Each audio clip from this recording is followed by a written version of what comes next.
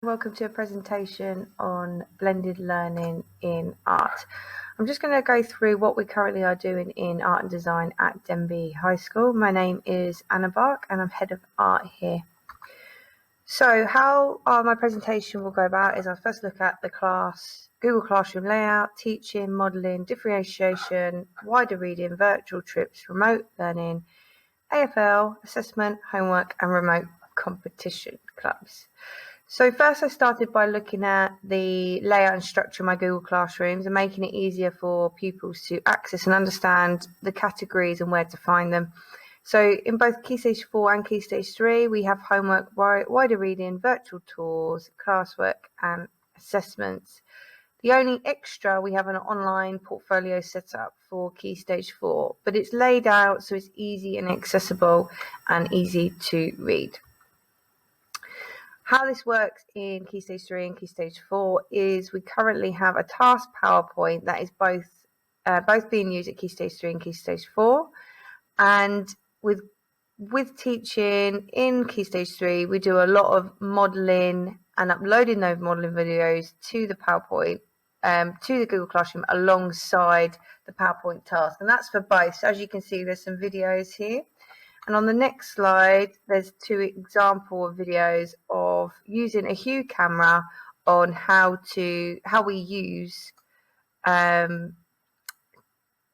the modelling within the department so it can be accessed at home as well as in class. And this also supports students learning in class because as I'm not allowed to go past the line at the front, they can get out their Chromebooks and check within lesson if they're doing the task correctly. It could be to do with skills, it could be to understanding, or it could be to do with creativity. So they're mixed modelling videos, and this is the same one for another one for Key Stage 4. This was felt tip techniques.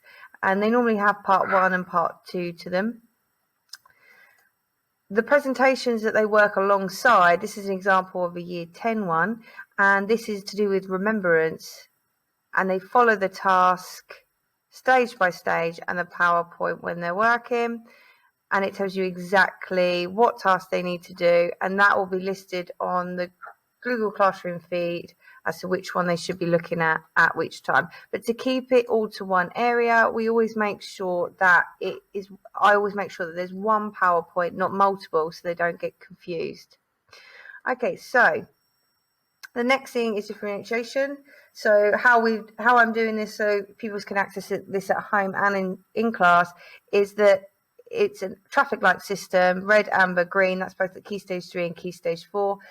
And it could be that the image is simpler. It could be the fact that the text is simpler. It could be anything, text, skill, understanding, or creativity, but it's tracked through the amber system. So students get to select which is appropriate for them, or I might select one for them depending on the group and the ability.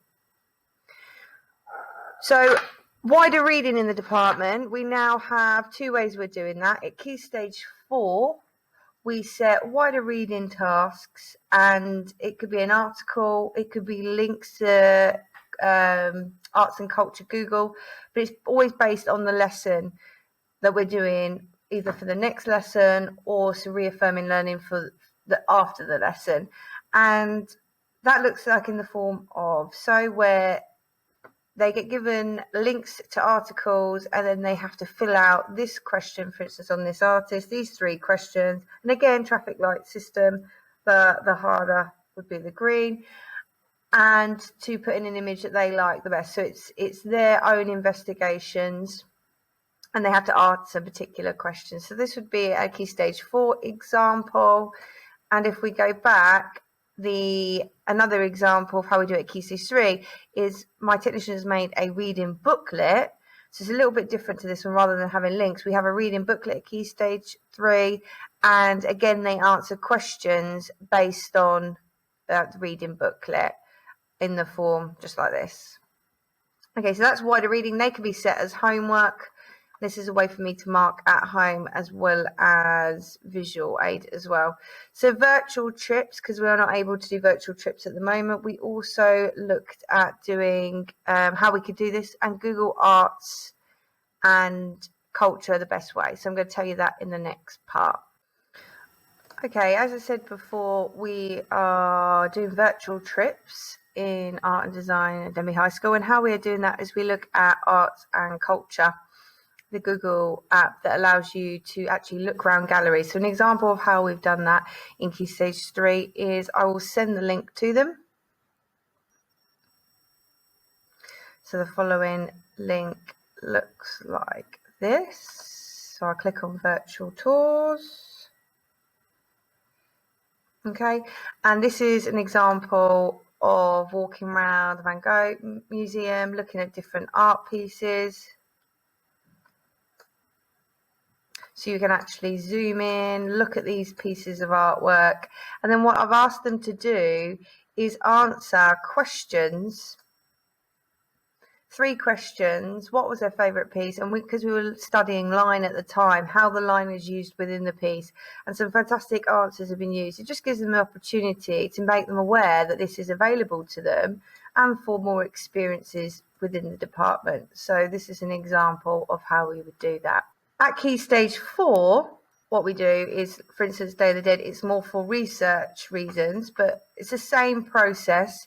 We're looking at Day of the Dead, we're looking at remembrance, and I give them links to look at, and it could be to visit memorial places or places in Mexico that they can use that's given them more in-depth information about the Day of the Dead and the concept behind the Day of the Dead. So I always use arts and cultures within the work, which really helps support their work, and the outcomes are really good.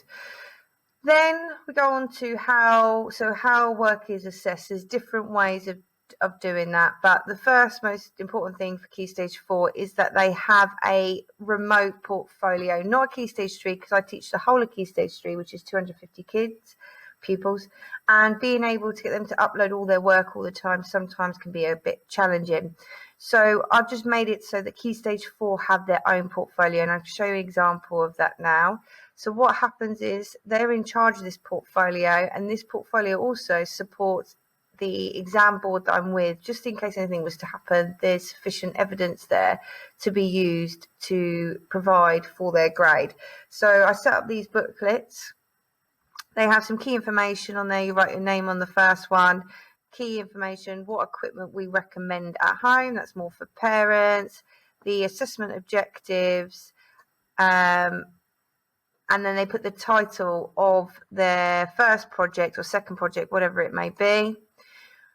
And then I'm giving them a page level, and each term I might change it depending on if they've improved. So an example of each page. So for each project, they upload a slide within their work, like so. I give them feedback. They highlight the AO, like so, and I will give them feedback based on it. Now, whatever one they're working on, they upload.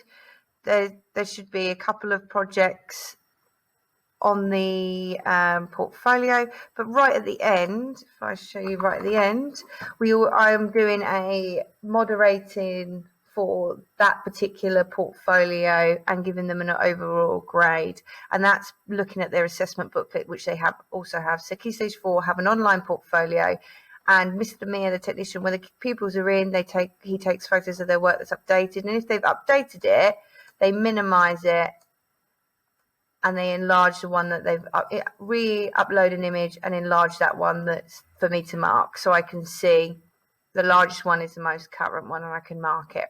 So that is how we have a remote portfolio in art for Key Stage 4, and it just makes it a little bit more accessible and easier to manage.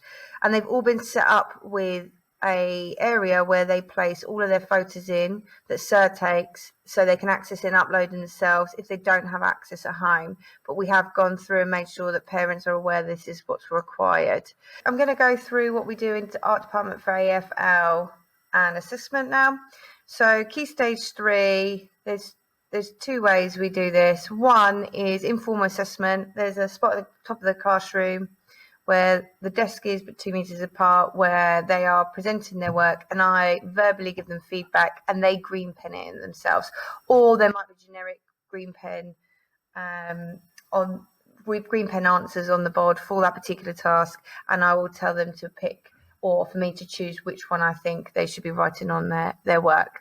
The other way I'm assessing their work at the moment is quiz tasks for knowledge and understanding, and homework as well. So they're the three main areas at Key Stage 3, and this is mainly just because to ask them to upload imagery is quite challenging. Some have accessibility, some doesn't, but because Key Stage 4 have smaller classes, it's a lot easier to manage.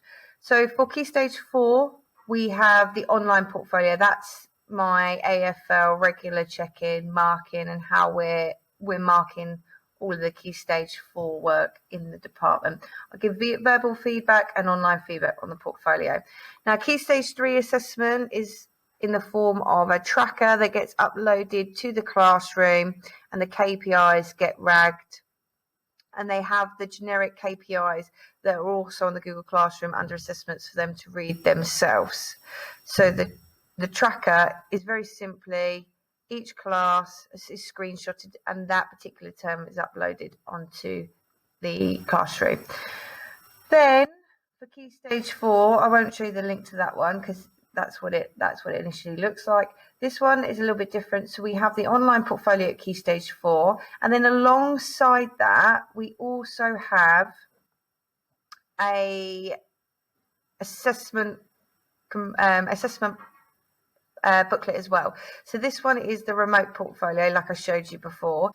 This student here also gets given a booklet depending on their target. So this is a target 6, and it has all the previous grades from the previous year onto the work, onto the front of the booklet, and assessment boundaries. All of this here is just information about the course, the assessment criteria. We have our KPI sheets, and I also do my overall assessment, whether I think they're slow, good, attitude towards learning, and I put an overall judgment in my box here looking at their portfolio.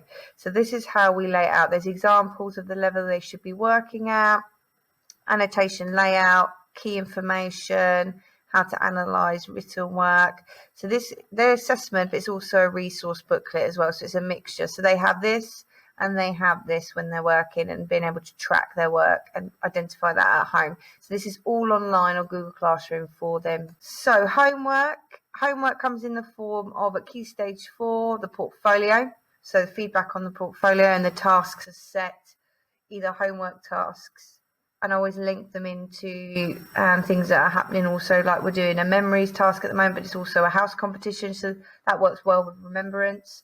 So we try and minimise some of their work, but also make it fun and competitive. Sometimes I include those into the house competitions as well. As Key Stage 3 is always a written task, or it can be to finish off classwork using the videos that I showed you on the previous slide. But this would be an example of one that I've set before, to make a poster and also to write this information here based on these images here. So that's an example how I would do homework at Key Stage 3 for blended learning. We are still doing remote clubs. We're still doing art competitions and clubs. We're doing quite a few bits that we're doing. So house competitions, there's quite a few up and running at the moment. In particular, we're doing the memories art competition, which I just said, that's one of the pieces for it. So the pupils are really getting engaged, and how we're promoting that is through Google Classroom. But also we've got an art and illustration club that pupils are really engaged with. Every competition or national competition we upload onto there, and pupils can access that and either comment or email me. So I hope that gives you an insight on how the art department is mixing blended learning, or creating blended learning.